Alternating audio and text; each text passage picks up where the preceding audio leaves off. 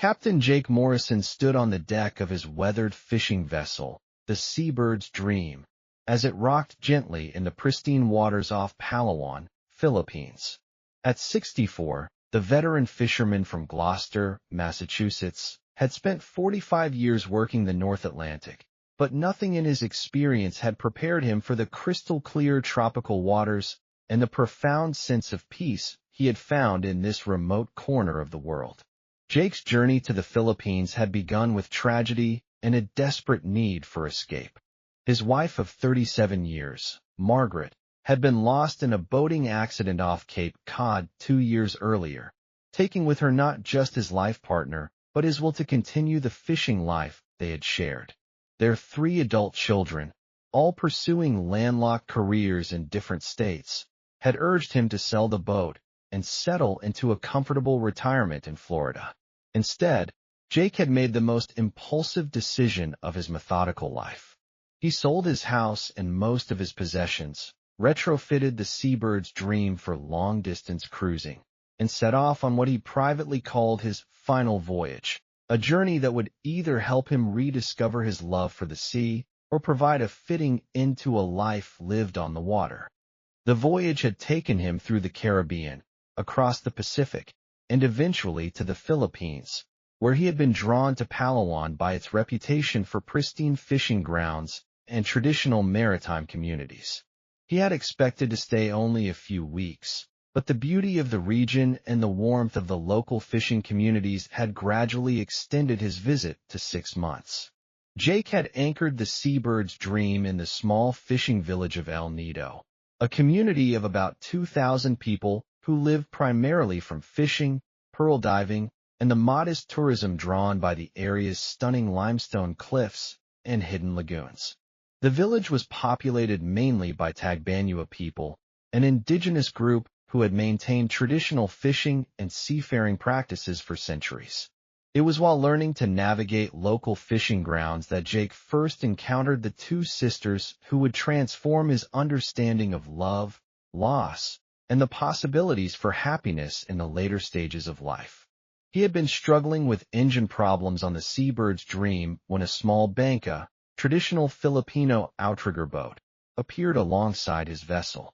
"Sir, you need help?" called out the boat's operator in careful English. Jake looked down to see 2 young Filipino women, both clearly experienced fishers based on their confident handling of their boat and their professional assessment of his situation.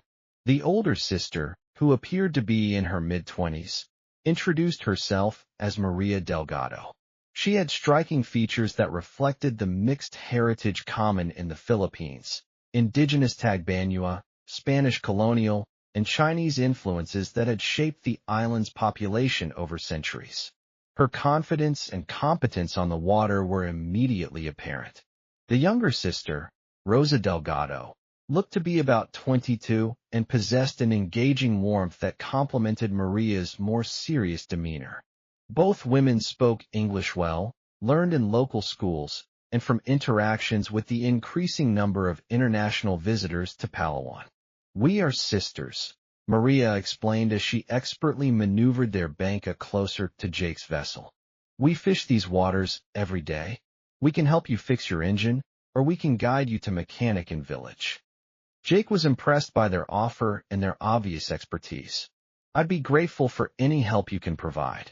I'm Jake Morrison, and I'm still learning to navigate these waters."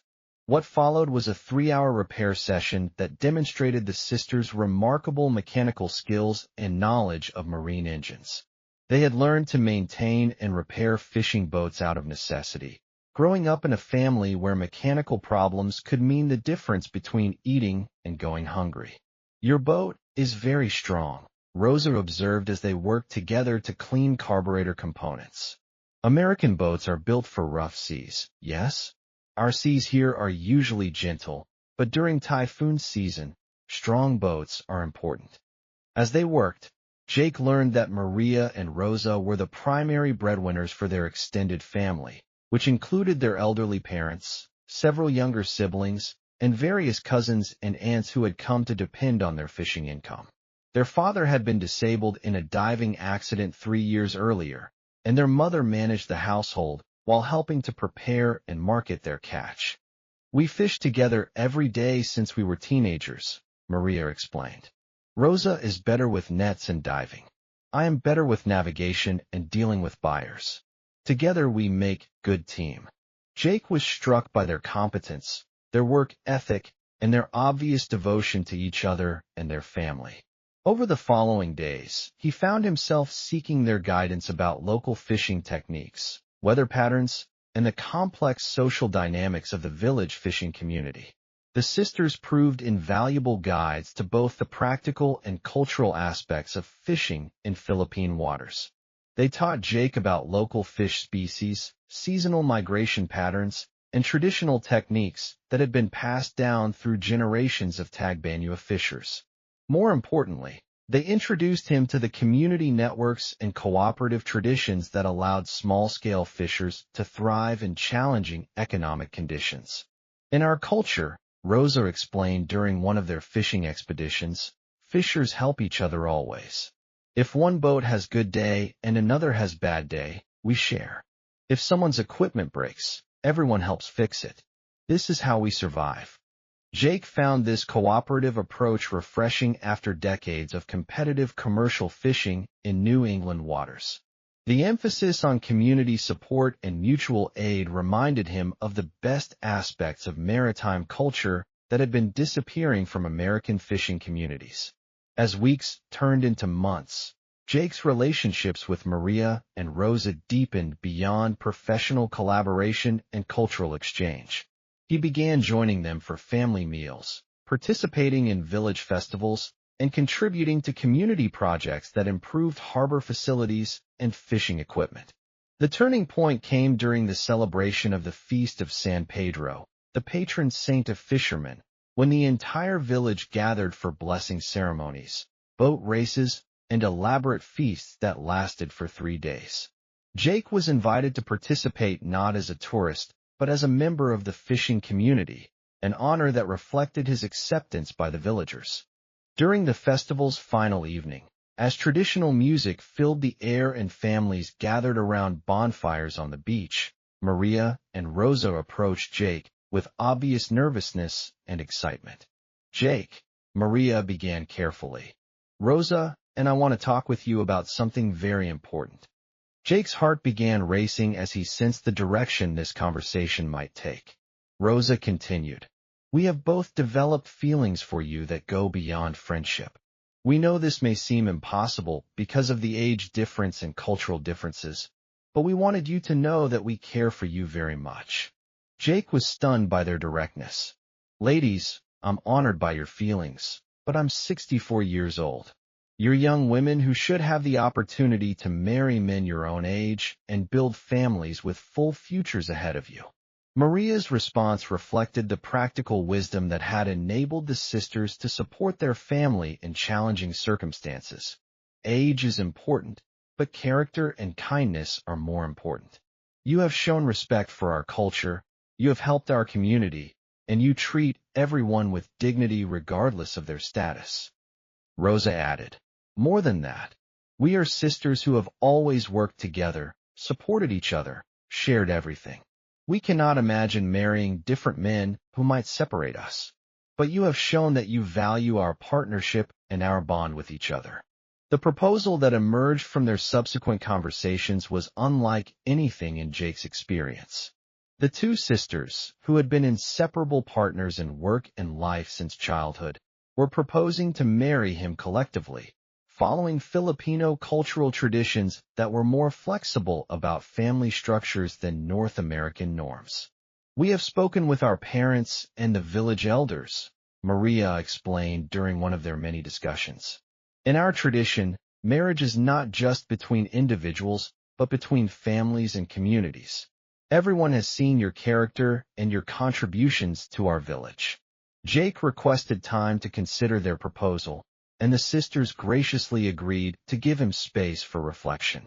Over the following weeks, he found himself examining every assumption he had held about love, marriage, and appropriate life choices for a man his age.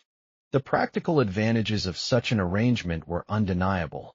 Maria's business skills and leadership abilities would complement Rosa's technical expertise and community connections. Together, they had the knowledge and relationships necessary to build a successful life in this remote but beautiful location.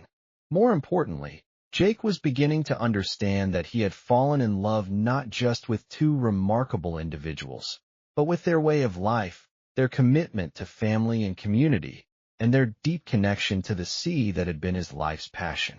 After a month of careful consideration and extensive discussions with village elders and the sisters' family, Jake made his decision.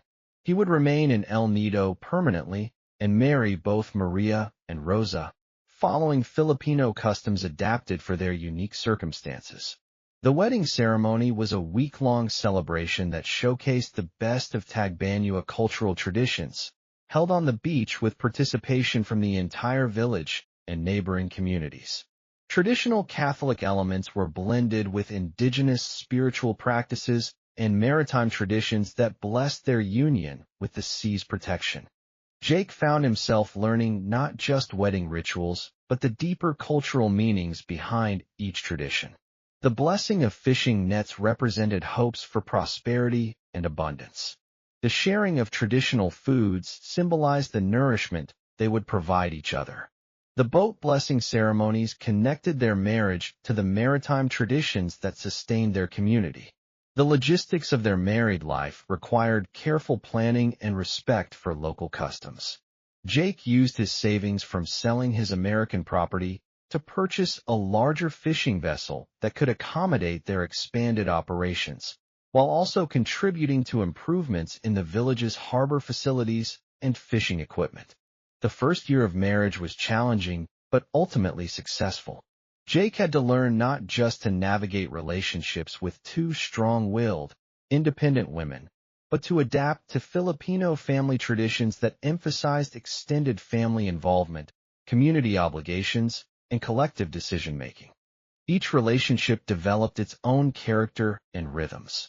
With Maria, Jake found business partnership and shared vision for developing sustainable fishing practices that could provide long-term security for their family and community. Rosa introduced him to traditional fishing techniques and local ecological knowledge that improved his effectiveness as a fisher while deepening his appreciation for marine conservation. The first pregnancy announcement came from Rosa, 18 months after their wedding. At 24, she was excited about motherhood while also concerned about maintaining her fishing activities during pregnancy. Jake, at 66, was overwhelmed by the prospect of becoming a father again after his children from his first marriage were now adults with their own families. "I can't believe I'm going to be a dad again at my age," Jake confided to the village doctor during one of Rosa's prenatal visits. "Age brings wisdom and patience," the doctor replied. "Your child will benefit from having a father who understands what truly matters in life." Rosa's pregnancy proceeded smoothly, with traditional Filipino prenatal practices supplemented by modern medical care from the provincial hospital in Puerto Princesa. The entire extended family and village community participated in preparing for the baby's arrival, following customs that emphasize collective responsibility for children's welfare. The baby, a healthy boy they named Pedro Santiago, honoring both the patron saint of Fisherman and Jake's middle name, was born during the dry season when fishing conditions were optimal. Jake was present for the delivery, conducted in their home according to traditional practices, an experience that transformed his understanding of love, family, and his own capacity for growth at any age. 6 months later, Maria also became pregnant, much to everyone's joy. Her pregnancy was celebrated throughout the village, as both sisters were beloved community members whose children would represent the next generation of skilled fishers and community leaders. Maria delivered twins, a boy and a girl they named Carlos Miguelito and Ana Isabella, reflecting both Filipino naming traditions and Jake's desire to honor his American heritage.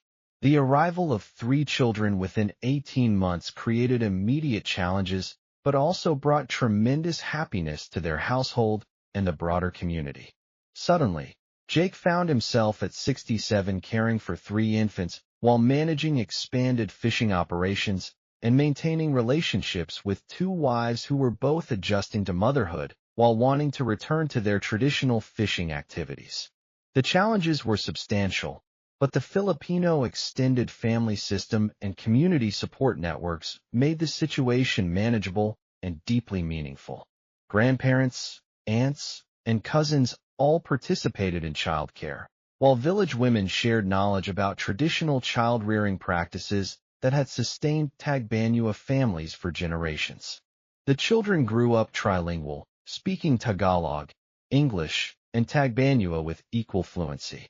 They learned to swim and handle small boats before they could walk steadily on land, developing maritime skills that positioned them perfectly for life in a fishing community while also receiving modern education that would provide opportunities beyond the village.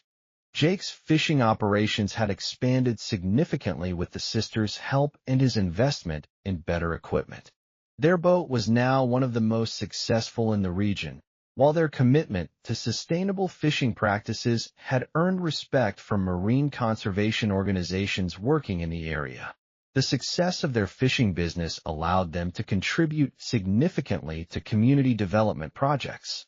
They helped fund improvements to the village school, supported elderly fishers who could no longer work, and established a credit cooperative that provided loans for fishing equipment and boat repairs.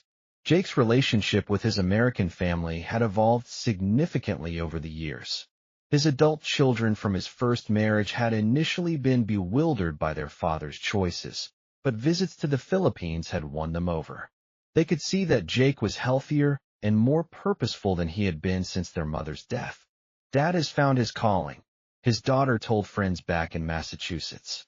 "He's not just living on a tropical beach. He's contributing meaningfully to a community that appreciates his skills and experience." The economic impact of Jake's presence in El Nido had been substantial, but carefully managed to support rather than disrupt traditional ways of life. His introduction of modern fishing techniques and equipment had improved productivity for many village fishers, while his connections with marine conservation organizations had brought resources for protecting the area's coral reefs and fish populations. Most importantly, Jake's family had become a symbol of successful cross-cultural integration that inspired other foreign residents in the Philippines. Their story demonstrated that meaningful relationships could develop across vast differences in age, culture, and background when approached with genuine respect and commitment to community welfare. As Jake approached his 70th birthday, he often reflected on the boat journey that had brought him to the Philippines seeking solitude and possibly an end to his grieving. Instead, he had discovered that the most important navigation involved finding love, family, and purpose in forms that honored both his maritime heritage and his new Filipino identity. The children playing on the beach near their home spoke languages that connected them to both New England fishing traditions and Tagbanua maritime knowledge. They moved between modern fishing boats and traditional bankas with equal comfort, embodying the successful fusion of fishing traditions that their family represented. Maria had become one of the region's most successful fish marketers, developing distribution networks that allowed local fishers to reach better markets while maintaining fair prices. Rosa had established a fishing school that taught traditional techniques to young people while incorporating modern safety and conservation practices.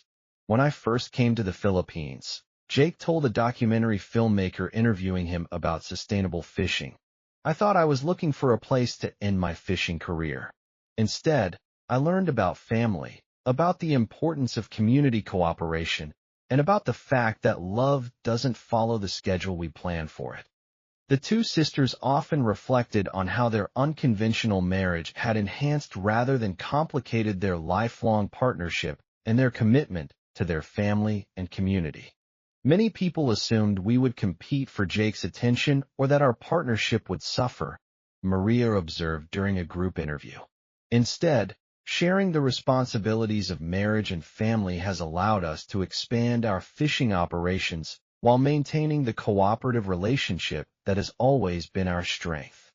Rosa emphasized the cultural benefits. Jake has brought knowledge and resources that have helped our entire community, while we have shown him ways of living that connect modern life with traditional values. Our children are growing up understanding both worlds. As the sun set over the South China Sea, visible from the windows of their family home built on stilts over the water, Jake Morrison, now known throughout Palawan as Captain Jake, felt the deep satisfaction of a life that had found unexpected meaning in its later chapters. The retired fisherman who had come to the Philippines seeking solace had instead discovered love, family, and purpose in forms that challenged every assumption about appropriate choices for widowed men approaching 70. His story continued to inspire discussions about cross-cultural marriage, aging, and the possibilities for reinventing one's life through connections to communities that valued experience and wisdom. The fishing grounds where his journey of discovery had begun remained central to his daily life, but they had become much more than places of work and solitude. They were where he had first witnessed the skill and collaborative spirit of two remarkable young women who had chosen to include him in their vision of family success and community contribution. His legacy would live on not just in the fishing techniques he had shared and the equipment improvements he had funded, but in the children who carried both American and Filipino heritage, in the sustainable fishing practices that continued to protect marine resources, and in the demonstration that love could flourish across the most unlikely combinations of age, culture, and circumstance when nurtured with respect, commitment, and shared dedication to something larger than individual happiness. The sisters who had first caught his attention with their competence and devotion to each other had become his partners in creating a family that honored both maritime traditions while building something entirely new.